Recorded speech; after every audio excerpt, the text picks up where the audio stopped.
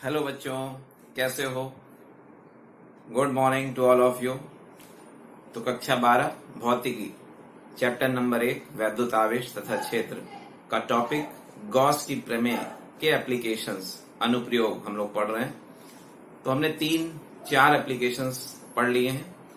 आइए देखते हैं अब अंतिम 1-2 एप्लीकेशंस हम लोगों को करने हैं। ये दोनों ही बड़े इंपॉर्टेंट एप्लीकेशंस हैं। तो आइए पहला एप्लीकेशन देखते हैं। किसी आवेशित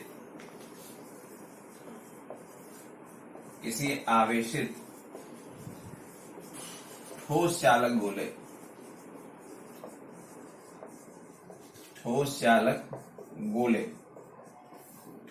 गोले का मतलब है सॉलिड कंडक्टिंग स्फेयर।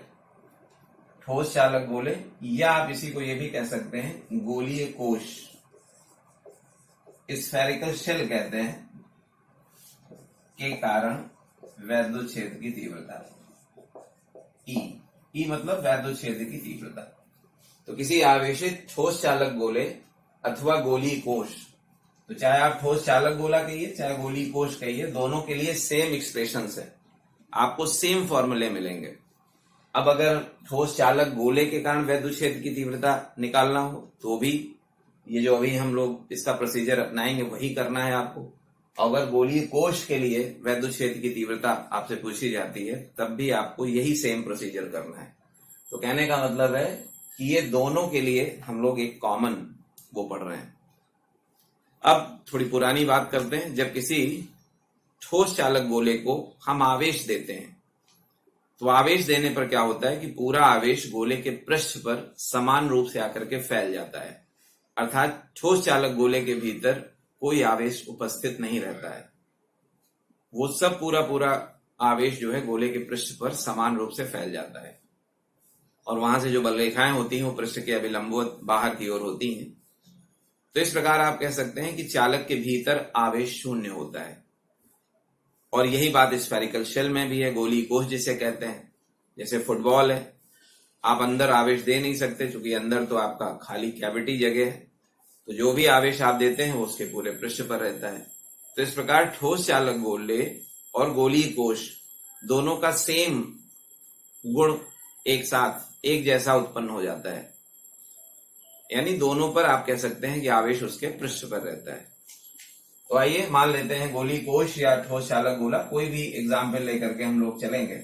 हमने माना कि ये एक आर त्रिज्या का, कैपिटल आर त्रिज्या का एक गोला है और गोलीय कोश है और इसके पृष्ठ पर क्यू आवेश एक समान रूप से इस प्रकार वितरित है। गोले के पृष्ठ पर एक समान रूप से वितरित है। गोले की त्रिज्या को हमने कैपिटल आर कर दिया है, ओ गोले का सेंटर है, ठीक है। तो यहाँ पर क्यू आवेश आर त्रिज्या के गोले के पृष्ठ पर एक समान रूप से वितरित है। इसलिए अगर अब आप पृष्ठ घनत्व निकालना चाहें, गोले का पृष्ठ घनत्व, सरफेस चार्ज डेंसिटी सिग्मा, तो ये इक्वल टू हो जाएगा क्यू अपॉन ए। क्यू आवेश है, ए उसका क्षेत्रफल मान लिया है, और चूंकि आर त्रिज्या का गोला है तो गोले के पृष्ठ का क्षेत्रफल होता है 4 पाई कैपिटल आर स्क्वायर। ये हमने इक्वेशन नंबर 1 कर दिया है। ये चीज गोलीय कोश के लिए भी एप्लीकेबल होगी और ठोस चालक गोले के लिए भी एप्लीकेबल होगी, दोनों के लिए सेम। तो ये पृष्ठ घनत्व हो गया। अब देखिए वैद्युत क्षेत्र की तीव्रता आपको बताना है कि इस आवेशित गोलीय कोश के कारण वैद्युत क्षेत्र की तीव्रता कितनी होगी। तो आपको पहले ये डिसाइड करना है कि वो पॉइंट कहाँ ले रहे हैं। अब हमने ये मान लिया कि हमें इस बिंदु पर वैद्युत क्षेत्र की तीव्रता निकालनी है और ये बिंदु P जो है इस समय गोले के पृष्ठ के बाहर है। तो वैद्युत क्षेत्र की तीव्रता 3 अलग अलग स्थितियों में निकालेंगे। हम पहला केस स्टडी कर रहे हैं, स्थितियां हैं ये, देखते हैं। पहली स्थिति है कि जब बिंदु P जो है, जब बिंदु P कोश के बाहर, गोलीय कोश के बाहर है, यानी स्मॉल आर जो है वो कैपिटल आर से बड़ा है। स्मॉल आर हमने O से लेकर के P तक की दूरी मान लिया है, ये स्मॉल आर है। तो स्मॉल आर देखिए इस समय कैपिटल आर से ज्यादा है क्योंकि ये बिंदु P जो है वो बाहर है। अब आपको यहां पर बताना है वैद्युत क्षेत्र की तीव्रता क्या होगी। अब आपको बताया था मैंने कि चूंकि यहाँ आवेश एक गोले के पृष्ठ पर समान रूप से वितरित है, गोलीय कोश के पृष्ठ पर समान रूप से वितरित है, तो अब बिंदु P पर अगर आपको वैद्युत क्षेत्र की तीव्रता ज्ञात करनी है तो बिंदु P से होता हुआ एक गोलीय गॉसियन पृष्ठ आपको यहाँ पे खींचना पड़ेगा। इस तरह एक आप गॉसियन पृष्ठ खींचेंगे बिंदु P से होता हुआ, बिंदु P से होता हुआ एक गोलीय गॉसियन पृष्ठ आप खींच देंगे, गोलीय गाउस पृष्ठ खींच देंगे इस प्रकार। ठीक है,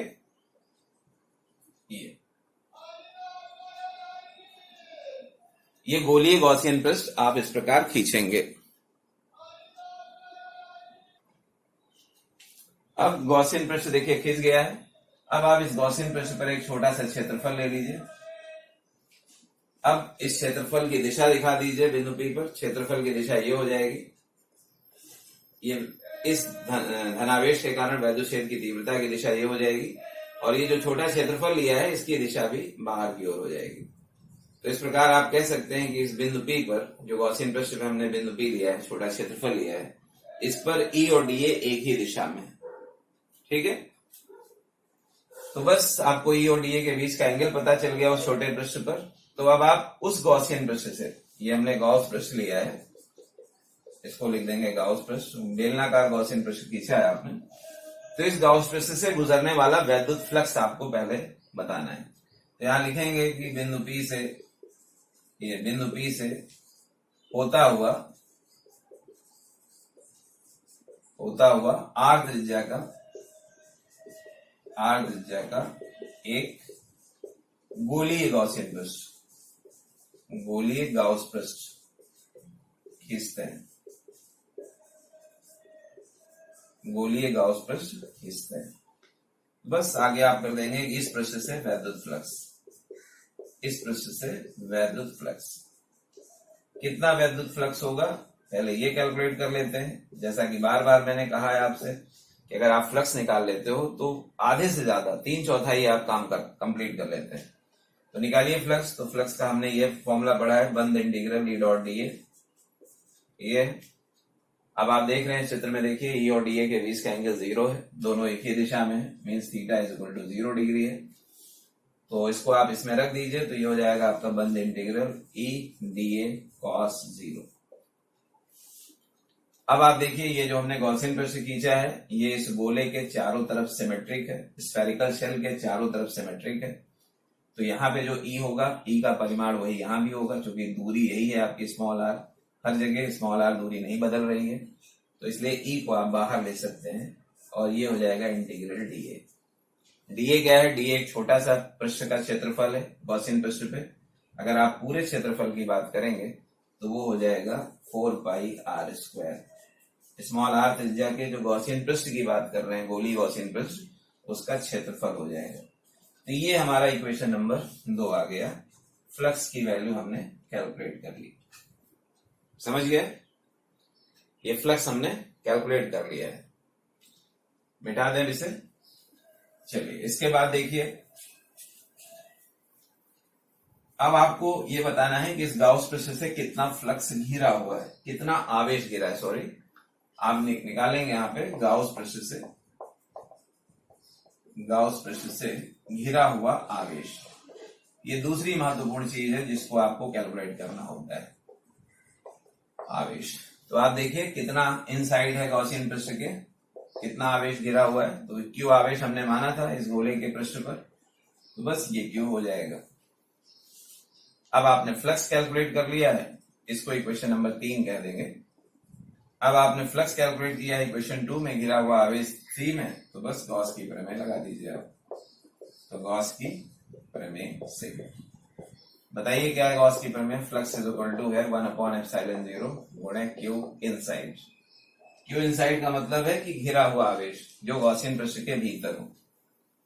बस दोनों वैल्यूज आप रख लीजिए इक्वेशन नंबर 2 एंड 3 से। फ्लक्स की वैल्यू कैलकुलेट करेंगे तो ये हो जाएगा E इंटू 4πr², और ये इक्वल टू हो जाएगा 1/ε0, और क्यू इनक्लोज्ड आपका क्यू के इक्वल है। तो आप इसे इस प्रकार लिख सकते हैं 1/4πε0 Q/r²। तो अगर हमारा बिंदु P इस गोलीय कोश के बाहर है, मतलब स्मॉल r का मान कैपिटल R से बड़ा है, तो आपने ये तीव्रता का फॉर्मूला प्राप्त किया। और ये हमने किसी बिंदु आवेश के कारण वैद्युत क्षेत्र की तीव्रता का सूत्र पढ़ा था पहले। तो एक प्रकार से आप कह सकते हैं कि बाहर किसी बिंदु पर वैद्युत क्षेत्र की तीव्रता किसी बिंदु आवेश के कारण वैद्युत क्षेत्र की तीव्रता के तुल्य होगी, न्यूटन पर कूलम, ये यूनिट है इसका। ठीक है, अभी आपने समीकरण 1 से देख लीजिए। समीकरण 1 हमने पीछे पढ़ा था सिग्मा, आपने ऑलरेडी नोट कर रखा होगा समीकरण 1। तो वहां से अगर आप Q की वैल्यू निकालते हैं सिग्मा के टर्म में तो हो जाएगी sigma into 4 pi capital R square. अब अगर इस वैल्यू को उठा के हम इस इक्वेशन नंबर 4 में रख दें तो E इज इक्वल टू, ये हमारा एक और फॉर्मूला बन जाएगा, एक और Q अपॉन R स्क्वायर। तो Q का मतलब sigma into 4 pi capital R square upon small r square. तो यहां से आप 4 पाई कैंसिल कर सकते हैं। तो यहां से आपको E की वैल्यू ये मिल जाएगी, E is equal to sigma capital R square upon small r square, epsilon 0 small r square. तो ये फॉर्मूला आपको मिल जाएगा। ये अनदर फॉर्म है कैपिटल E का। तो E is equal to 1/4 pi epsilon naught Q upon R square भी लिख सकते हैं, और E is equal to sigma capital R square upon epsilon 0 R square भी लिख सकते हैं। ठीक है, तो ये दोनों केसेस, दोनों एक ही फॉर्मूले हैं, बस इसको सिग्मा के टर्म में हमने कर लिया और इसको Q आवेश के पदों में कर लिया। तो ये हमारा वैद्युत क्षेत्र की तीव्रता है गोलीय कोश के बाहर किसी बिंदु पर। ठीक है, इक्वेशन नंबर 5 और इक्वेशन नंबर 4 दोनों ही इसके फॉर्मूले हैं। अब आइए देखते हैं दूसरा केस हो सकता है यहां पर कि जब बिंदु P कोश के पृष्ठ पर है। दूसरा है कि जब बिंदु P कोश के पृष्ठ पर है, कोश के पृष्ठ पर है, यानी ये हुआ small r is equal to capital R। ये जो बिंदु P यहां है, यहां ना होकर के सरफेस पे इस बार आ जाए, यहां पर आ जाए इस पॉइंट पे। तो देखिए सरफेस पे आ जाएगा तो स्मॉल r की वैल्यू आप कैपिटल R डायरेक्टली रख सकते हैं इक्वेशन नंबर 4 या 5 में। तो आप समीकरण 4 अथवा 5 से डायरेक्ट फॉर्मूला निकाल सकते हैं। रख दीजिए 4 या 5 में। 4 में रखिए पहले स्मॉल r की जगह कैपिटल R, तो 1/4 pi epsilon naught Q upon capital R square. ये कैपिटल R स्क्वायर हो जाएगा। तो या तो ये इक्वेशन हो जाएगी आपकी, या फिर अगर आप इसमें रखते हो अथवा एक दूसरा भी इसको आप दिखा सकते हैं, E is equal to sigma, और वो हो जाएगा capital R square upon epsilon naught, small r की जगह आप कैपिटल R स्क्वायर रख रहे हैं। ये दोनों कैंसिल आउट हो जाएंगे। तो जब दोनों कैंसिल आउट हो जाएंगे तो आपको जो रिजल्ट मिलेगा ये मिल जाएगा E is equal to sigma upon epsilon naught. तो ये दोनों फॉर्मूले आपके पृष्ठ के हैं। सरफेस पे अगर आपका वो बिंदु जो है वो सरफेस पे है तो इक्वेशन नंबर 6 एंड 7 जो है पृष्ठ के लिए, और अगर Q के पदों में चाहिए तो ये फॉर्मूला है, और अगर सिग्मा पृष्ठ घनत्व के पदों में चाहिए तो फिर ये फॉर्मूला है। अगर आपको किसी गोलीय कोश का पृष्ठ घनत्व पता है तो आप बता सकते हैं कि उसके पृष्ठ पर वैद्युत क्षेत्र की तीव्रता क्या होगी। डायरेक्टली आप पृष्ठ घनत्व में एप्सिलॉन नॉट से डिवाइड कर दीजिए। लेकिन अगर गोलीय कोश के पृष्ठ पर कुल आवेश पता है और आपको बताना है पृष्ठ पर वैद्युत क्षेत्र की तीव्रता, तो फिर आपको Q आवेश दिया है, फिर आप त्रिज्या भी आपको रखनी पड़ेगी। तो ये आप इस तरह कर सकते हैं। ठीक है, ये दूसरा केस हो गया। दूसरे केस में भी 2 फॉर्मूले हमने पढ़ लिए हैं। इसके बाद एक तीसरा केस और आता है। तीसरा केस है कि जब बिंदु P कोश के भीतर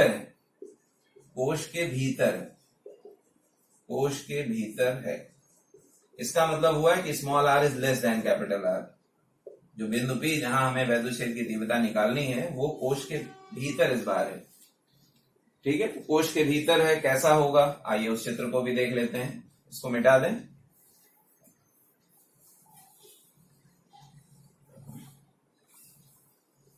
देख लीजिए कैसा चित्र होगा।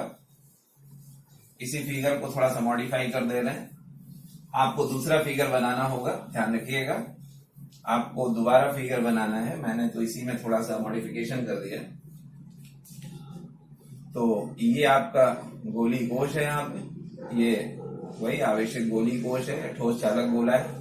और इस बार जो बिंदु P दिया हुआ है वो बाहर ना होकर अंदर है। यहाँ पर हमने मान लिया कि बिंदु P है।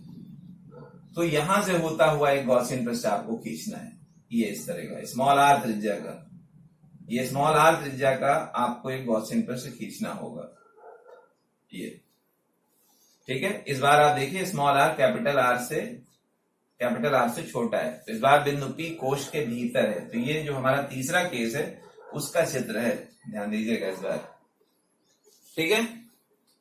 तो तीसरा केस है कि जब बिंदु P कोश के भीतर है, तो अगर बिंदु P कोश के भीतर हो जाएगा तो ये गॉसियन पृष्ठ है, ध्यान दीजिए इसको गाउस पृष्ठ हमने कहा है, जो डॉटेड लाइन से गोला बनाया है ये गाउस पृष्ठ है। तो पूरा पूरा आवेश तो गोले के पृष्ठ पर है, बाहरी पृष्ठ पे है। तो अगर अंदर हम बात करते हैं कि अंदर जो गाउस पृष्ठ है स्मॉल आर त्रिज्या का गोला, उससे जो घिरा हुआ आवेश है वही 0 होगा। तो इस स्थिति में जो आपका गाउस पृष्ठ से घिरा हुआ आवेश है वो 0 होगा। गाउस पृष्ठ से घिरा हुआ आवेश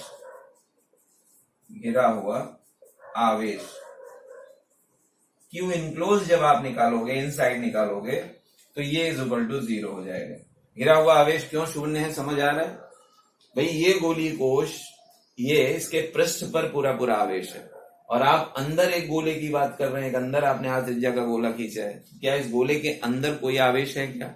नहीं है, तो घिरा हुआ आवेश 0 हो जाएगा। अब घिरा हुआ आवेश 0 हो जाएगा, इसलिए अब अगर आप गॉस की प्रमेय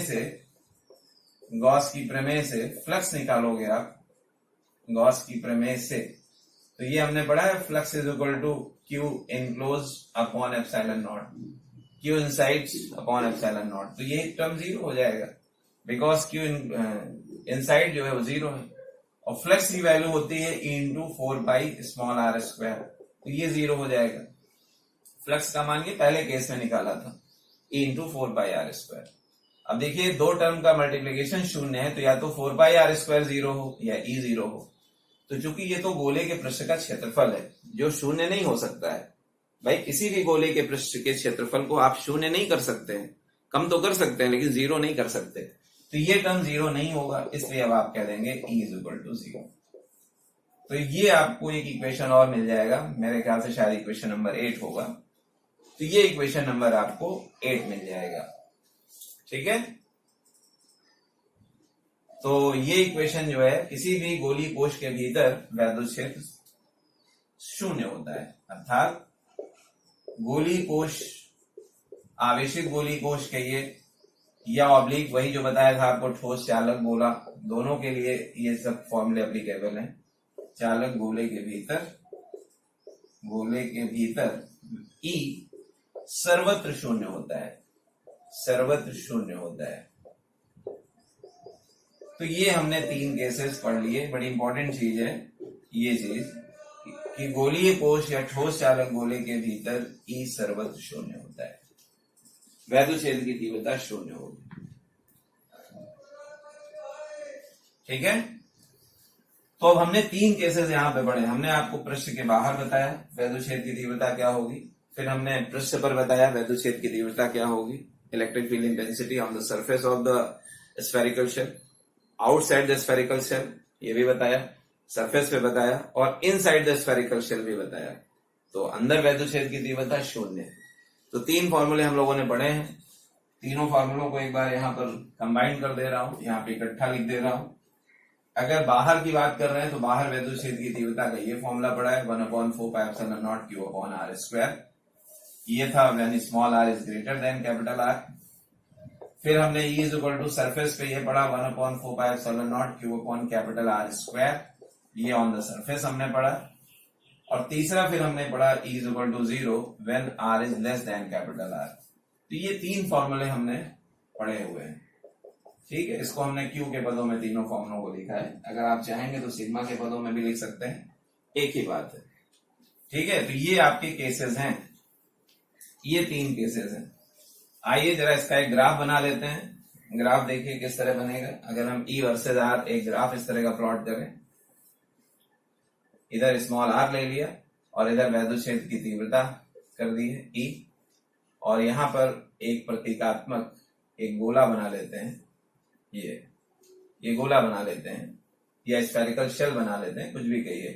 तो ये इसकी त्रिज्या है कैपिटल R, ये कैपिटल आर इसकी त्रिज्या है, इस साइड भी और इस साइड भी, बोथ द साइड। इधर भी डॉटेड लाइन ऐसे कर लेते हैं। ये गोले का सेंटर है, ये गोले का सेंटर है। ये आवेशित गोली कोश या ठोस चालक गोला है, तो इस पर आवेश भी हमने दे दिया है क्यों। ये केवल एक प्रतीकात्मक चित्र है ताकि हमें ये पता चले कि बाउंड्री कहां से कहां तक है। ठीक है, ये गोले का सेंटर है और यहां पर इसे हमने ओरिजिन कह दिया है, मूल बिंदु कह दिया है। तो अब आप देखिए, जब आप गोले के भीतर होते हैं, गोले के भीतर का मतलब है कि यहाँ अंदर है, तो यहां से लेकर के पृष्ठ के पहले तक गोले के भीतर या गोली कोश के भीतर प्रत्येक बिंदु पर वैद्युत क्षेत्र की तीव्रता आपको 0 मिल रही है। लेकिन जैसे ही आप सरफेस पे आते हैं, वैद्युत क्षेत्र की तीव्रता ये मैक्सिमम हो जाती है। आपको बताते हैं ये मैक्सिमम इलेक्ट्रिक फील्ड है, अधिकतम वैद्युत क्षेत्र है। और इसके बाद जब बाहर आप जैसे जैसे डिस्टेंस आर बढ़ेगी, वैसे वैसे वैद्युत क्षेत्र की तीव्रता तेजी से घटती जाती है। ये आर का मान बढ़ेगा तो ई का मान तेजी से घटेगा, क्योंकि तीव्रता जो है दूरी के वर्ग के व्युत्क्रमानुपाती है। ठीक है, तो अगर यहां पे ग्राफ देते हैं तो ये आपको पॉइंट मिलेगा। पहले तो ये 0 मिलेगा इस साइड, ये ऐसे 0 मिलेगा। फिर अचानक ये small R is equal to capital R पे, इस जगह पे एकदम से तीव्रता अधिकतम हो जाएगी। ठीक है, अधिकतम तीव्रता का मतलब है कि सीधे आप इस पॉइंट पे पहुंच जाएंगे, यहाँ पे ये मैक्सिमम है। और इसके बाद फिर तीसरे क्षेत्र में जब small R is greater than capital R होगा, तो फिर ये तीव्रता तेजी से इस प्रकार घटती है। तो ये तीसरा रेंज है, तीसरा क्षेत्र है। ये दूसरा है जहां पे तीव्रता अधिकतम हो गई है, और ये पहला है। तो ये small R is less than capital R, ये वाला रीजन है। ये small R is equal to capital R है, ये small R is greater than capital R. ठीक है, बिल्कुल यही सेम फिगर आपका इस साइड भी बनेगा। गोले के दोनों साइड एक जैसा ही बिहेवियर रहेगा। तो जैसे अगर आप इस साइड भी दिखाते हैं कि क्या पोजीशन होगी, तो वही आपका सेम जो है ये ऐसे कर। इस साइड भी ई जो है वो आर स्क्वायर के रेसिप्रोकल है। वैद्युत क्षेत्र की तीव्रता दूरी के वर्ग के व्युत्क्रमानुपाती है। ये भी आपका वही सेम, अंदर वैद्युत क्षेत्र की तीव्रता यहां तक में 0 रहेगी। सरफेस पे small R is equal to capital R पे मैक्सिमम हो जाएगी। ये ई की मैक्सिमम वैल्यू है, इसको आपको बता देता हूं, इसे ई मैक्सिमम कहेंगे आप यहां पर, दोनों साइड, इधर भी। ठीक है, और इसके बाद इधर small R is greater than capital R करोगे तो फिर ये तीव्रता तेजी से घटती चली जाती है, ये इस तरह। ठीक है, तो ये इस प्रकार का ग्राफ आपको मिलेगा। जो ग्राफ है हमारे लिए, ग्राफ तो एक्चुअल में इतना ही है। अगर आप देखें तो ग्राफ ये है, यहां से ये ऐसे गया और यहां तक ऐसे करके फिर ये ग्राफ है, ये ग्राफ है। ये small R is less than capital R है, यहाँ पे small R is equal to capital R है, और यहाँ बाहर small R is greater than capital R है। ये 3 केसेस है। तो ग्राफ इतना है। ये तो केवल मैंने आपको स्फेयर इसलिए बनाया ताकि आपको ये समझ आ जाए कि ये इसकी कहां तक इसकी बाउंड्री है, गोले का पृष्ठ कहां तक है, गोले के पृष्ठ के बाहर का कौन सा क्षेत्र है, गोले के पृष्ठ के अंदर का कौन सा क्षेत्र है। तो ये ग्राफ है between E and small R. तो किसी भी आवेशित गोली कोश के कारण वैद्युत क्षेत्र की तीव्रता हो, या किसी ठोस चालक आवेशित गोले के कारण वैद्युत क्षेत्र की तीव्रता हो, तो दोनों के लिए सेम ग्राफ है, सेम फॉर्मूले। यही सेम फॉर्मूले आवेशित ठोस चालक गोले में भी आपको लगाने हैं, और यही सेम फॉर्मूले आवेशित गोली कोश में भी लगाने हैं। ठीक है, हो गया, मिटा दें इसे। चलिए, इसके बाद अब अंतिम एक और गॉस की प्रमेय का एप्लीकेशन एक और कर लेते हैं, और वो है आपका आवेशित ठोस अचालक गोले के कारण वैद्युत क्षेत्र की तीव्रता। अब जो हमारा एप्लीकेशन है, इसको आप 6 नंबर कह सकते हैं। ये है आवेशित अचालक ठोस गोले, अचालक ठोस गोले से वैद्युत क्षेत्र की तीव्रता। अचालक ठोस गोले से वैद्युत क्षेत्र की तीव्रता लेना है। ठीक है, अब अचालक और चालक में यही फर्क है कि चालक गोले को जब भी हम आवेश देते हैं तो पूरा पूरा आवेश उसके पृष्ठ पर एक समान रूप से आ जाता है, लेकिन अचालक ठोस गोले को जब भी आवेश दिया जाएगा तो आवेश उसके पूरे आयतन में एक समान रूप से फैल जाएगा। देखते हैं, ये गोला है, ये इसका सेंटर है। तो इसको अगर इसकी त्रिज्या कैपिटल आर ले लेते हैं, तो जब इसको आवेश देते हैं तो वो पूरा पूरा आवेश इस अचालक गोले के आयतन में इस बार उसके वॉल्यूम में पूरा पूरा ये आवेश एक समान रूप से फैल जाता है। आप ऐसा भी कह सकते हैं कि जैसे इंजेक्ट कर दिया गया हो, ठीक है, इस गोले के भीतर एक इंजेक्शन चार्ज हमने इंजेक्शन में भरा और इसके अंदर करके और बस इंजेक्ट कर दिया, तो पूरा पूरा चार्ज गोले के अंदर एक समान रूप से उसके आयतन में वितरित हो जाता है।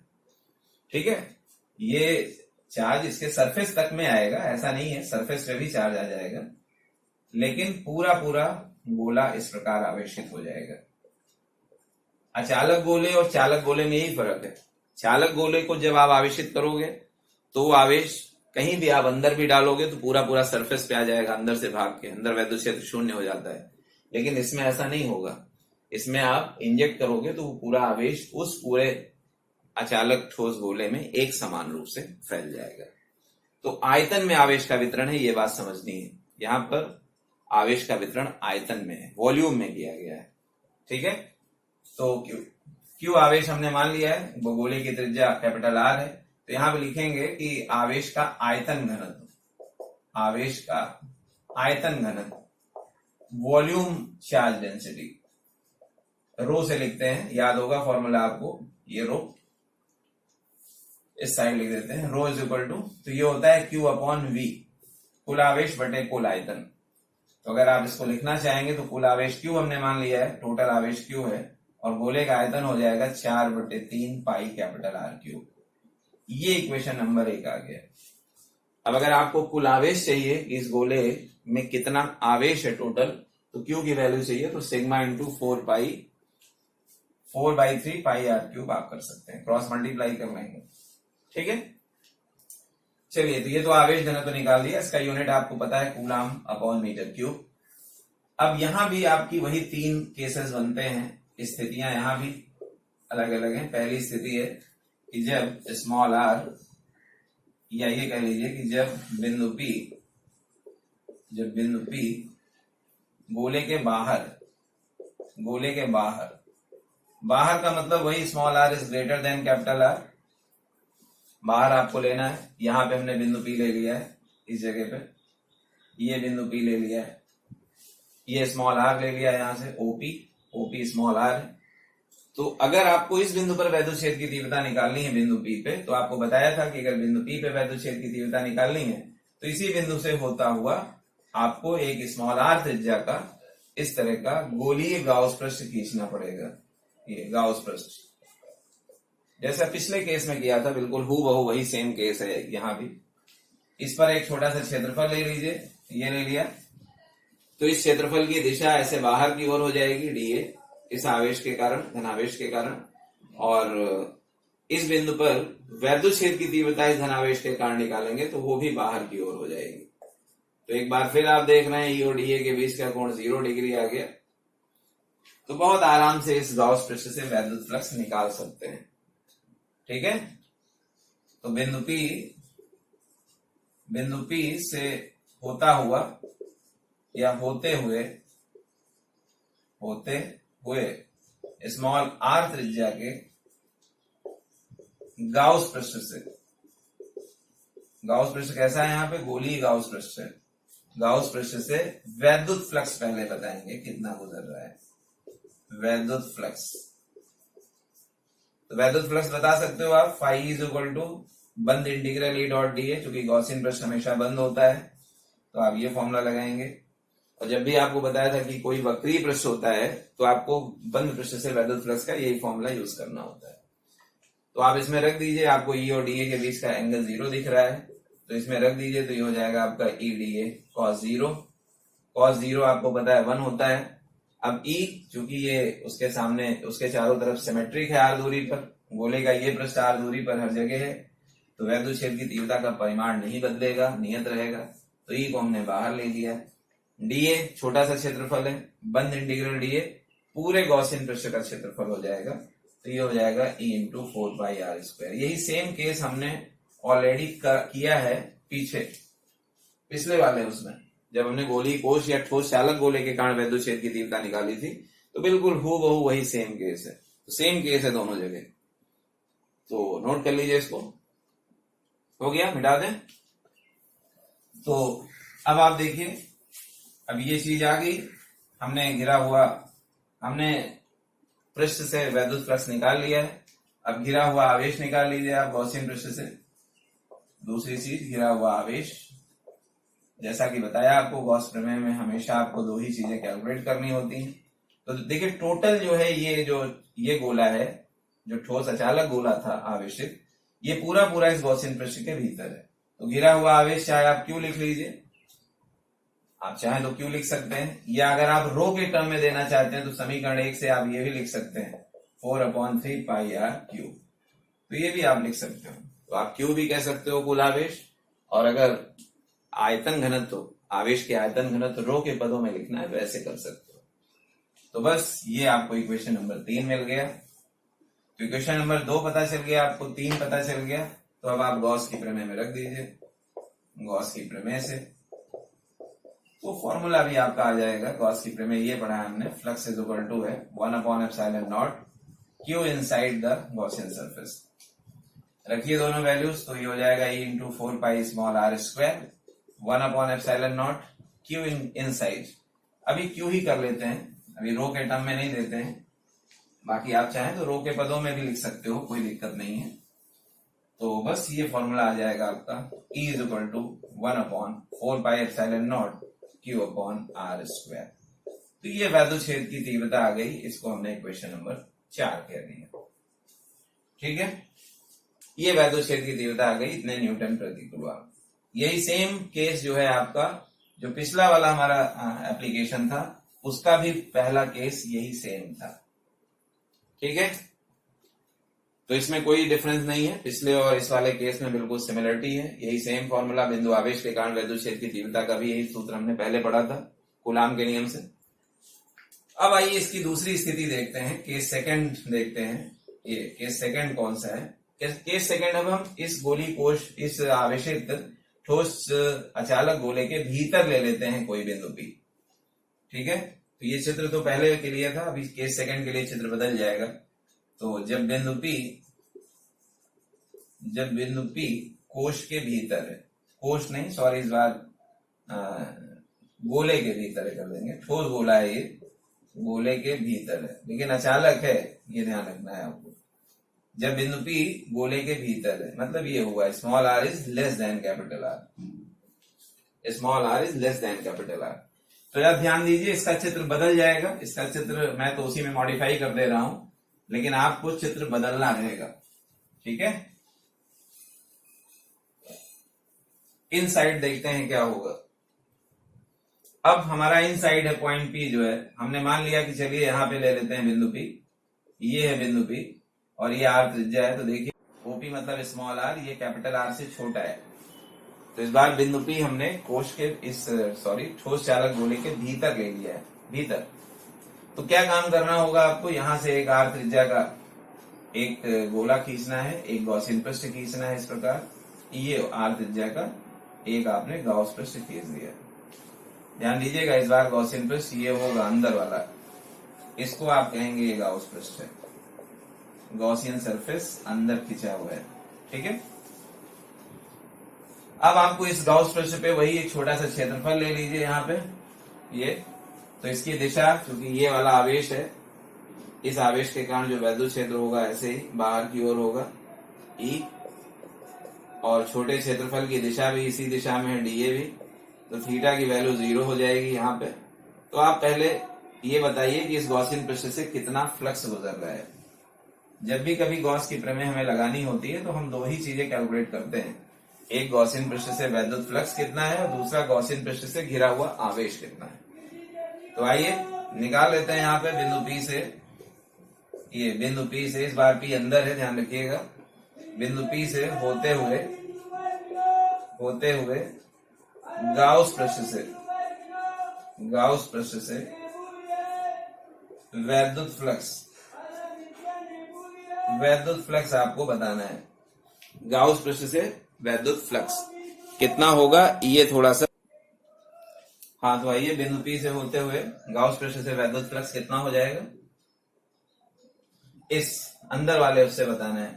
तो फाई, ये आपको फॉर्मूला लिखना है, E.dA, जो कि बंद पृष्ठ है अंदर भी, और ईडीए के बीच का एंगल 0 दिख रहा है, तो फ्लक्स कैलकुलेट कर लीजिए। तो ये हो जाएगा आपका ईडीए cos 0, cos 0 1 हो जाएगा।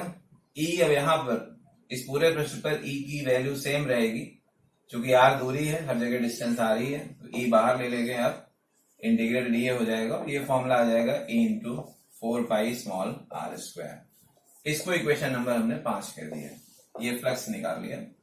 इस अंदर वाले गॉसियन पृष्ठ से गुजरने वाला विद्युत फ्लक्स है। अब जो सबसे इंपॉर्टेंट चीज है वो आपको ये बतानी है कि जो गॉसियन पृष्ठ हमने अंदर बनाया है इससे कितना आवेश घिरा है।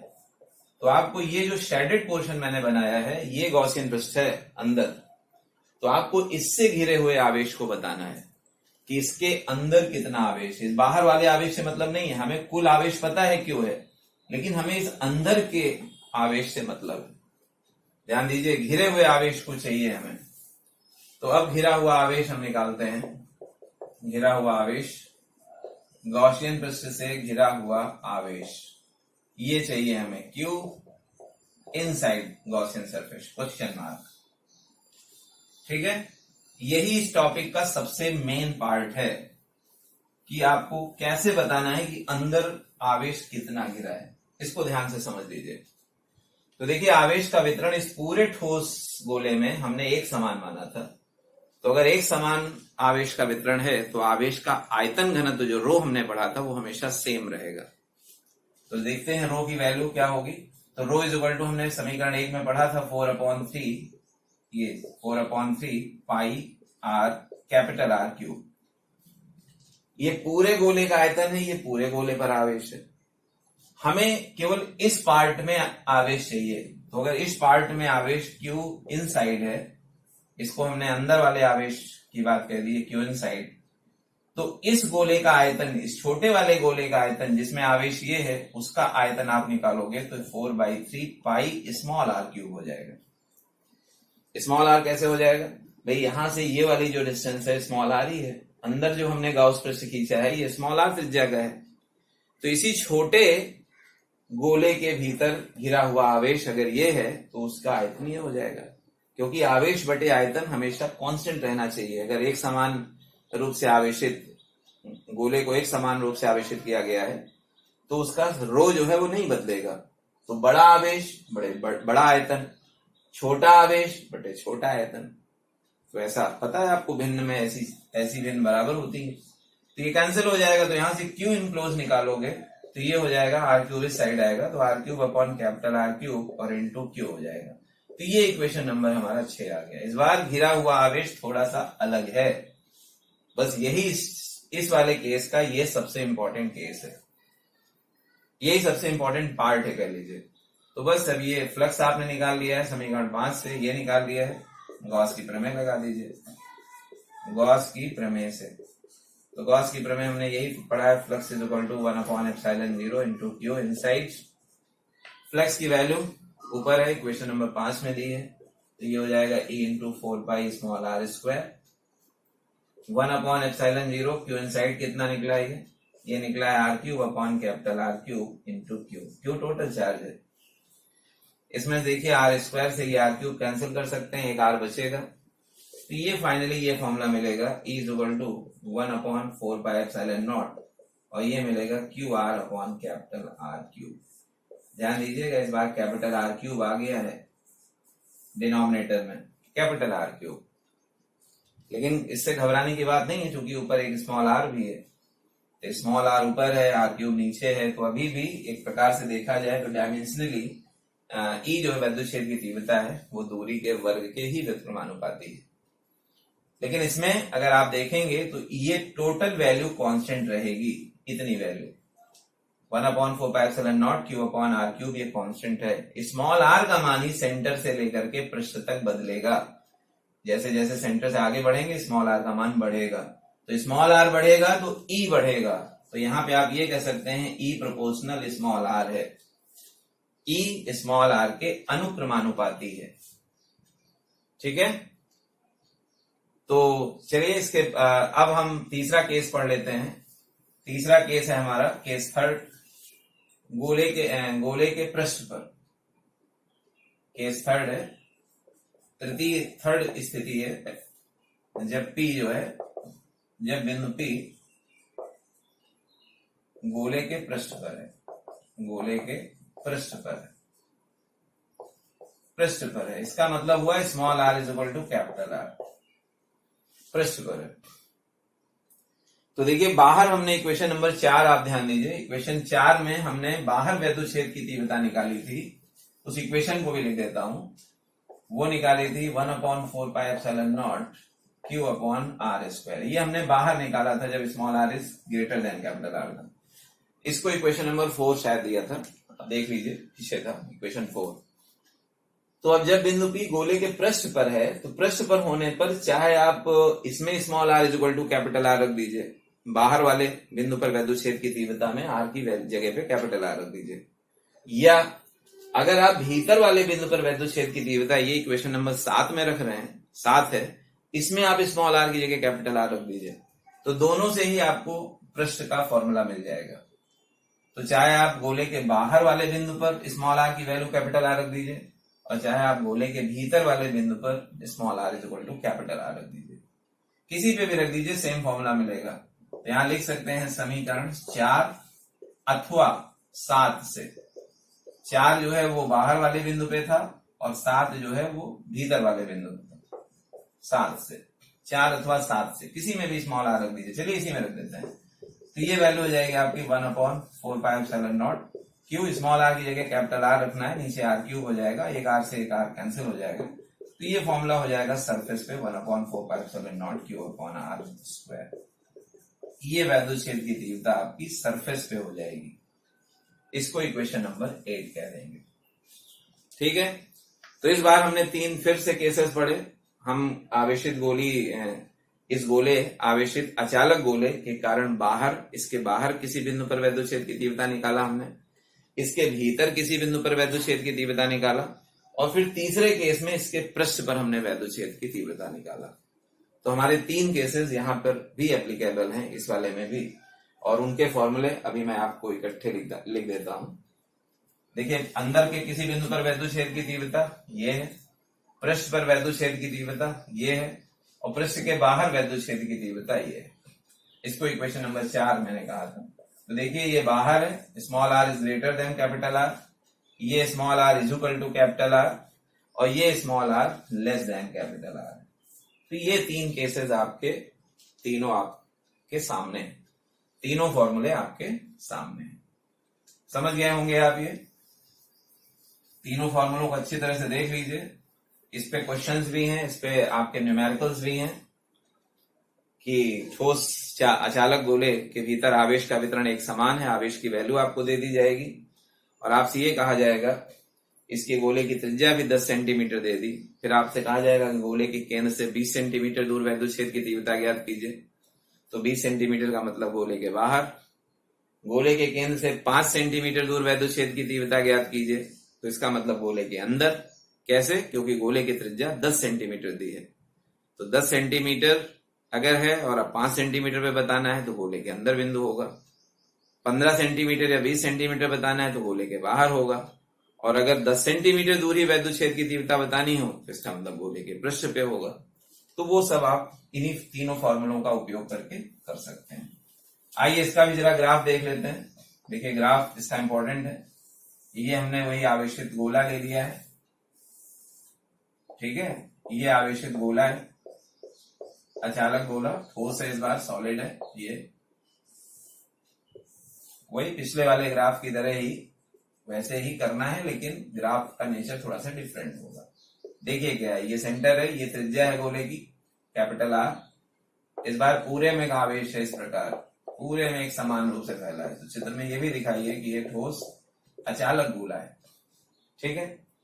ये इसका सेंटर है, इधर हमने स्मॉल r ले लिया एक्स अक्ष पे, बोथ द साइड इधर भी कर लीजिए, और ये वैद्युत क्षेत्र की तीव्रता ले ली वाई अक्ष पे। देखिए सबसे पहले हमने बाहर वाले बिंदु पे बताया था, तो बाहर आप देखिए r का मान बढ़ने पे ई का मान घटता है। पृष्ठ पे आपको मैक्सिमम बताया था। जरा अंदर की बात करते हैं। अंदर हमने दिखाया कि ई स्मॉल r के अनुक्रमानुपाती है। तो ये ग्राफ कुछ इस तरह का चलेगा। यहाँ पे देखिए ये ग्राफ यहां से पृष्ठ तक जो बताएगा small r is equal to capital R तक, इसमें यह दिखाएगा कि ई का मान लगातार बढ़ रहा है। जैसा देखिए वहां पे हमने लिखा है E is proportional to small R. जैसे जैसे स्मॉल आर का मान सेंटर से लेकर पृष्ठ तक बढ़ेगा वैसे वैसे ई का मान भी बढ़ेगा। तो ये ई प्रोपोर्शनल आर वाला ग्राफ है इतना। अगर इस साइड बनाते हैं तो इस साइड भी ये ऐसे हो जाएगा, ठीक है, ये इस प्रकार हो जाएगा। इस साइड भी दोनों साइड सेम रहेगा। इस पे आएंगे जब small R is equal to capital R पे आएंगे तो यहां पे एकदम से मैक्सिमम हो जाएगा, यही मैक्सिमम वैल्यू होगी, इसको ई मैक्सिमम कहेंगे। और इसके बाद जब इससे आगे बढ़ेंगे ये small R is greater than capital R वाले केस में, ये 3 केसेस दिखा रहे हैं, कम वाला है, बराबर है, ये ज्यादा है, तो इसमें भी तीव्रता तेजी से ऐसे घटेगी। ये इलेक्ट्रिक फील्ड इंटेंसिटी यहाँ पे ऐसे तेजी से घटेगी। थोड़ा और तेज से दिखा देते हैं ये। और वही सेम ग्राफ आपका इस साइड भी ऐसे करके, सेम ग्राफ आपको इस साइड भी मिलेगा। तो ये ग्राफ होगा एक आवेशित अचालक ठोस गोले के कारण वैद्युत क्षेत्र की तीव्रता है। ये भी आपका small R is less than capital R है, ये small R is greater than capital R है, ये small R is equal to capital R, ठीक है। तो ये हमारा ग्राफ हो जाएगा। तो ये ग्राफ है आवेशित अचालक ठोस गोले के कारण वैद्युत क्षेत्र की तीव्रता का। 3 केसेस जो पढ़े, ये बाहर पढ़ा, पृष्ठ पर ये फॉर्मूला पढ़ा था 1/4πε0 Q upon capital R square. ये मैक्सिमम होता है, बता दूं आपको, ये वैद्युत क्षेत्र सबसे ज्यादा होता है। कभी किसी क्वेश्चन में पूछ ही लें कि अधिकतम वैद्युत क्षेत्र की तीव्रता की गणना कीजिए, तो आपको क्या कैलकुलेट करना होगा, सरफेस पे निकाल लीजिए। ये जो है आपका, ये भीतर बिंदु पर वैद्युत क्षेत्र की तीव्रता है, तो भीतर ये है, पृष्ठ पर ये है, बाहर ये है, और उसका ग्राफ इस तरह मिलेगा, ठीक है। तो इसको नोट कर लीजिए, हो गया, रफ कर दे। अब इसके बाद भी इसमें कुछ अभी और न्यूमेरिकल्स बच जाते हैं।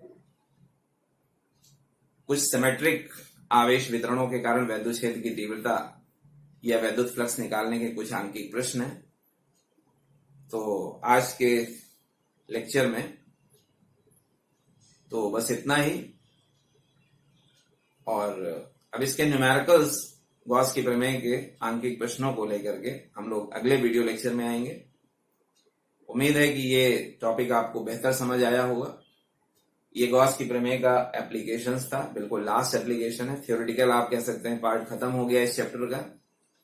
अब अंतिम एक लेक्चर हम लोगों को लेना है, वो है गॉस की प्रमेय पर आधारित आंकिक प्रश्नों को। हम न्यूमेरिकल्स देखेंगे कि गॉस थ्योरम पर किस प्रकार आपको करने हैं।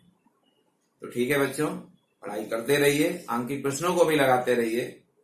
जितने फॉर्मूले हैं वो हम आपको सब दे चुके हैं, लगाते रहिए।